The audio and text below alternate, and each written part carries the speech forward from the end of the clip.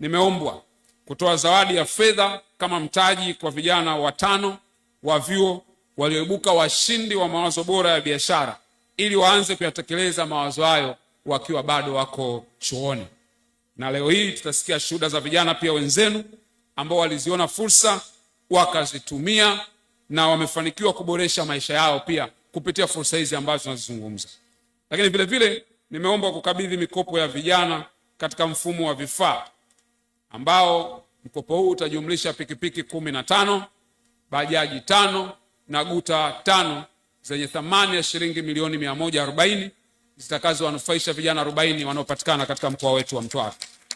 Ni muendelezo wa ahadi ambazo Mheshimiwa Rais amezitoa katika uwezeshaji wa vijana.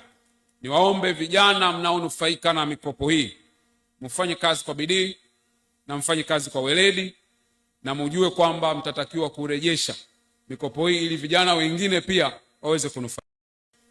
Naomba mtambue kwamba serikali iko pamoja na ninyi na mustakabali wa taifa letu uko mikononi mwenu nyie vijana. Kwa maneno ya Mheshimiwa Rais anasema ameikabidhi nchi kwa vijana wa taifa hili. Naomba niwasihi sana, manake ninyi ndio mtafanya either vingine vingi viletwe au viache kuletwa kutokana na performance yenu katika ile ambacho mtakuwa mmepewa leo.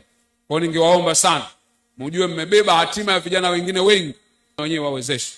Nyie mkifanya vizuri, mnatuma ujumbe kwa wizara, mnatuma ujumbe kwa Mheshimiwa Rais kwamba tuongeze fungu lingine la kuleta katika mkoa wa Mtwara. Na mimi ninaamini vijana wa mkoa wa Mtwara hamtaniangusha, mtafanya kwa weledi mkubwa sana. Kumekuwa na malalamiko makubwa sana kuhusiana na aina ya mikopo, hasa masharti yanayotolewa kuhusiana na aina ya mikopo. Tunaboresha masharti ya mikopo yanayotolewa kwa vijana kwa kuzingatia hali zao za maisha, kwa kujua kwamba vijana bado wanajitafuta, hawana uwezo mkubwa, kwa kuna vitu hawawezi kuwa navyo ili waweze kupata sifa za mikopo. Hautahitaji kijana kuwa na dhamana ya aina yoyote kwa maana ya kitu kinachoonekana. Kwa hiyo hata mikopo tunayotoa leo hapa, hauhitaji kuwa na hati ya nyumba, hauhitaji kuwa na gari, hauhitaji kuwa na kiwanja, hauhitaji kuwa na kitu chochote kile. Dhamana yako wewe ni kuwa na kikundi kinachotambulika ambacho mmejiunga, na ukikuwa hivyo manake unaweza kupata mkopo wa thamani kubwa sana. Kwa hiyo mtu yote anayesema mikopo hii ina dhamana, hapana. Mheshimiwa Rais aliagiza na tumesimamia, kijana uhitaji kuwa na dhamana ili kupata mkopo unaotolewa na serikali katika awamu hii.